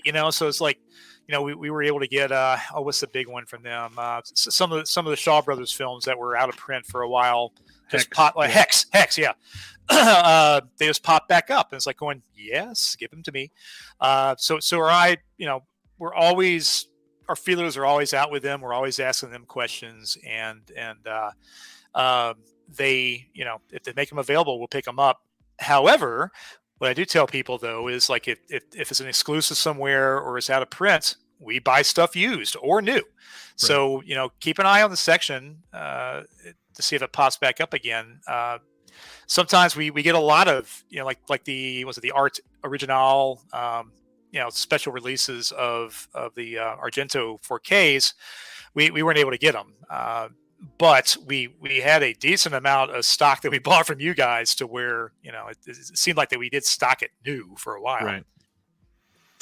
We have multiple people asking, would you do a video tour of the physical store? Yeah. I've done that several times. I'll do another one. We do have a YouTube channel that I have just our commercial on there. It was made by Nick from Everything Is Terrible, so it's a very bizarre commercial. But that's really the only thing on there. But we'll throw it up on the YouTube channel. But yeah, I'll take you around and I'll try to put some old footage up because there's other people have come in. One guy actually was doing a documentary on me and he gave up because he said I was too normal. Of course, after he gave up, the pandemic hit. I actually had a mild stroke last year, so it was like full of drama last year and like the past 2 years. And he could have had an amazing documentary and he blew it. But he's going to give me that footage, so I'll probably throw it up there as well. Plenty of people, like we have inspired filmmakers.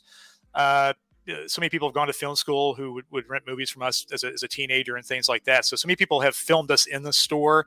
There's been music videos made and things like that. And I'd love to just have, because it'll be coming on our 20th anniversary next year. I'd love to have like 20 years of Orbit. Yeah.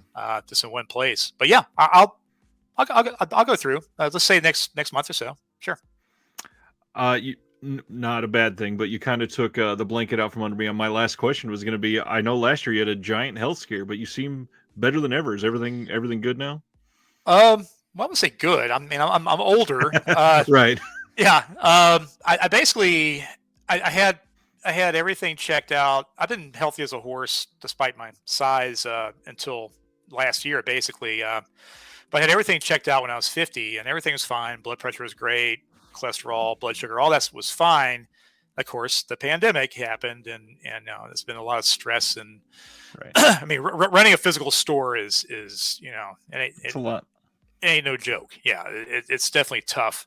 I've been blessed with a great staff. We haven't lost anybody as far as the staff goes. But anyway, I probably drank a little more than I should have, and just eating comfort food for 2 years straight. I had That's not they good for called you. no. Every now and then I had what was called a TIA stroke, which is basically your brain just pumping the brakes for about 15-20 minutes. So half my body went numb.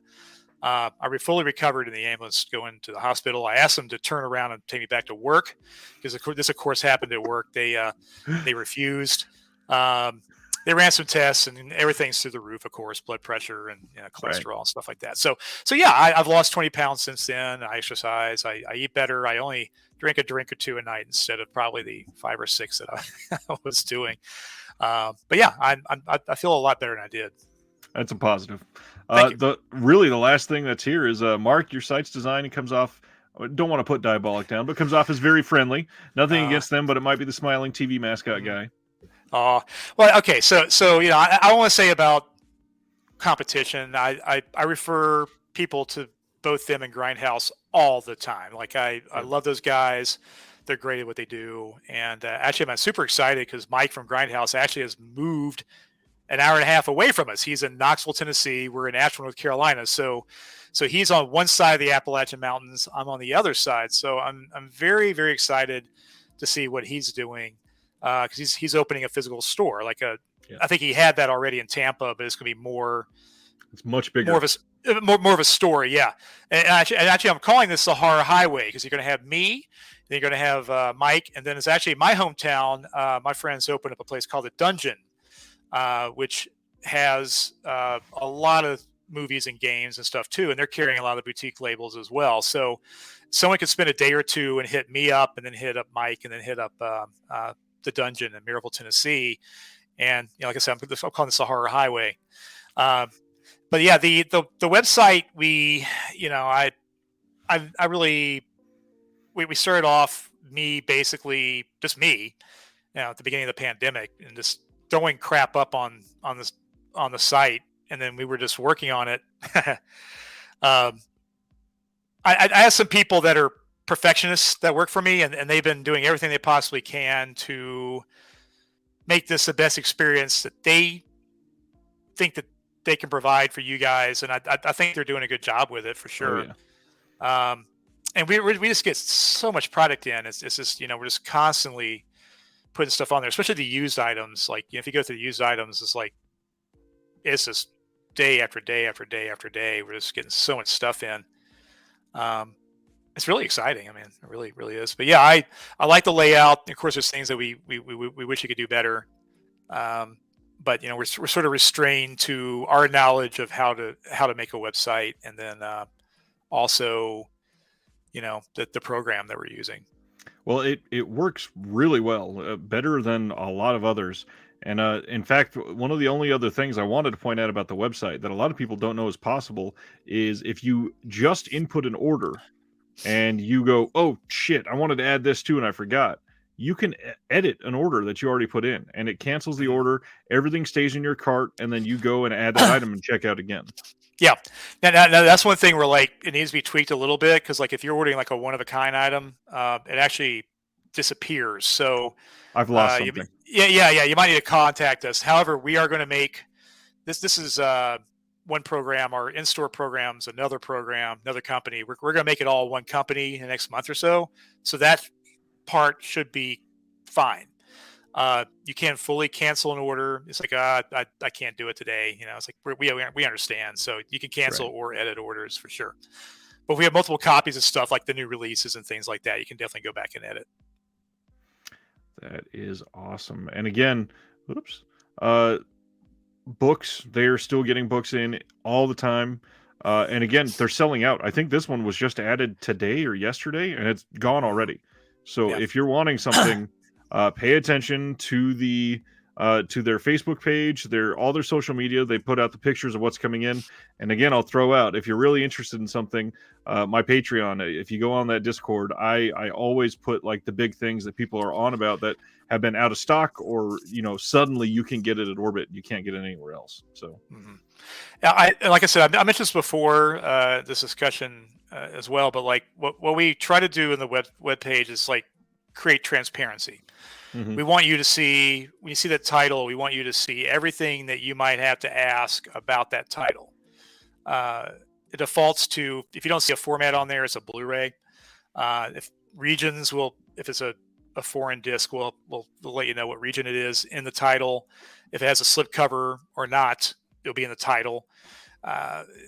So we want you to be able to see that information, just so that you don't have to keep digging around and clicking on something and getting frustrated. It's like, Here's oh, an this is example of cool. it.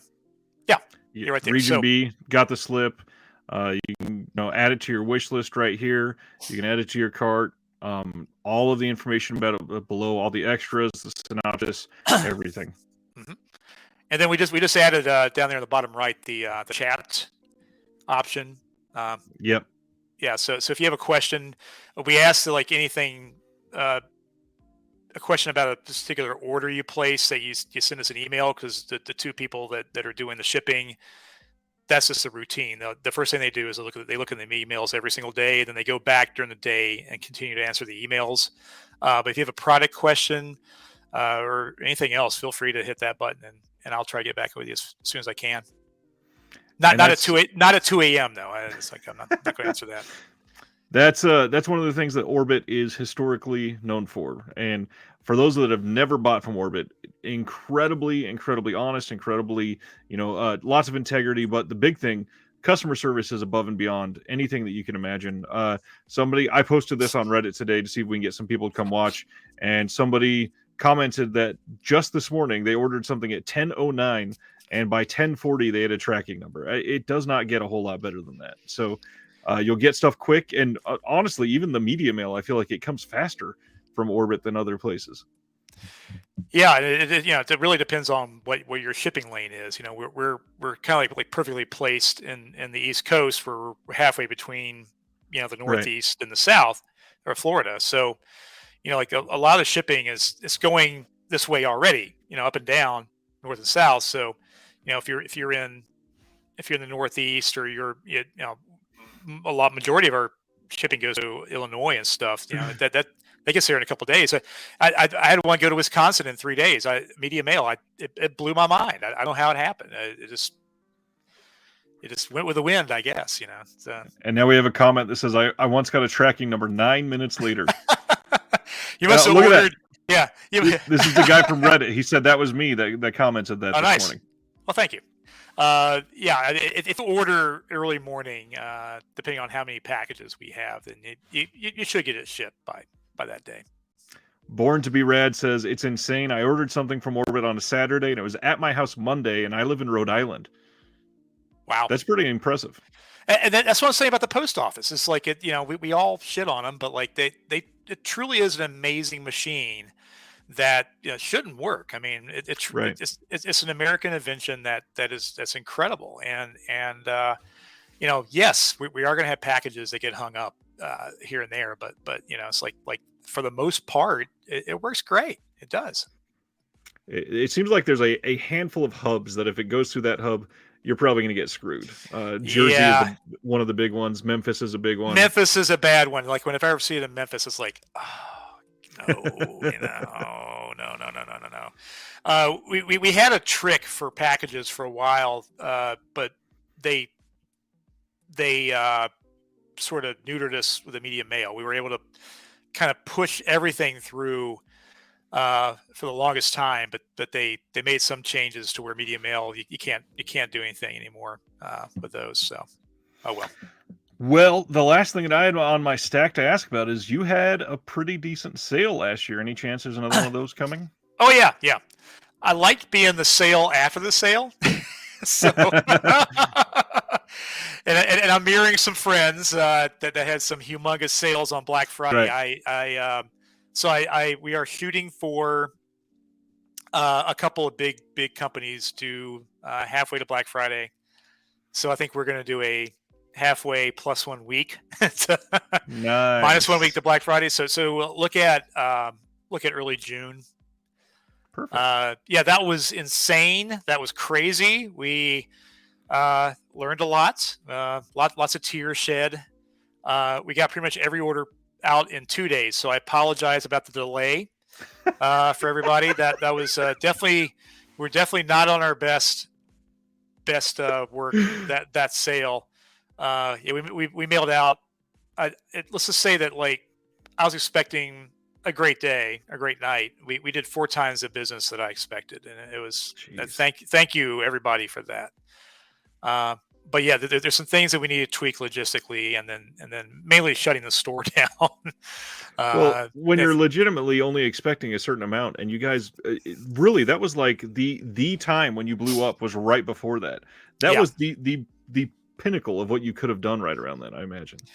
yeah, and we went back and forth. And like, going, people want a sale, we want a sale. I was like, what do we do? What do we do? And it's like, well, can we do this? Can we do that? People wanted to combine, the free shipping with a sale. Well, the program we're using for the online platform Right. doesn't like that. But we found a way to do it, and it stuttered a little bit in the beginning, but it worked fine after that. And you know, we had to stay on top of that. We can't just always have that happening, that the free shipping with a sale. Right. We had to, like, basically just limit it to a day or two here and there. Hopefully we can change that. But um, yeah, it was definitely a perfect storm for sure, because we had already built up a lot of goodwill. A lot of people had already at least shopped from us a few times, and Yep. everybody shopped Well, that and that everybody day. was spreading the word. Like, there was a lot of free press about that sale. I got to Oh admit, yeah. it seemed to set the world on fire that was Yeah, coming. yeah. It was great, and like I said, thank you so much. It was definitely, we're not expecting the love that we had, and we were expecting to be out of everything or whatever, and we had of course had some hiccups inventory wise, but it Right. worked out great for sure. Well, Mark, I appreciate all your time tonight. This, I'm sure, went a little longer than you expected. Genuinely, I mean, you already know, you're seeing my name far too often already, but I love you. A lot of people on this channel love you, and we, again, more appreciative of your service than anything, because a lot of people do not put that type of care into everything. So, thank you. Thank you. Yeah, and we were just looking early on, even me, just by myself, it's like going, but how do I want to do this? How do I want? It wasn't so much setting myself apart, but it's like going, I don't like the way Amazon ships. I don't Right. like everything. However, I and I have sold items on Amazon for probably 12 years now. So they make you respond to questions within 2 days. They Right. make you ship within 2 days. So I was already used to that. I said, well, let me add that with really wrapping this stuff up, and finding the best materials I can, and get the stuff out the door as quick as I can. And it turned out being, a lot of y'all agree with me. Well, thanks, Dave. Uh, but yeah, it turned out being, for us, the niche that we wanted to be in. It's like, and I like the fact that we're growing. We're not exploding, but we are growing exponentially, and there's more to come. I'm looking at countries I never thought I could get stuff from, and we're talking to other places and stuff. So yeah, for us, it's a journey, and just trying to get all this stuff and make it available for you guys, um, easily, and so far so good. Well, thanks again, Mark. Thanks everybody for watching. Thanks to the channel patrons. Your names are up here on the screen. I appreciate everybody hanging out tonight. We had quite a lot of viewers. This is a long show, and it's a lot to give up a Thursday night and just hang out for a long time with people that love physical media. So thank you all. We'll see you next week. We're here every Thursday night. And other than that, from one collector to all of you, have a good night, everybody.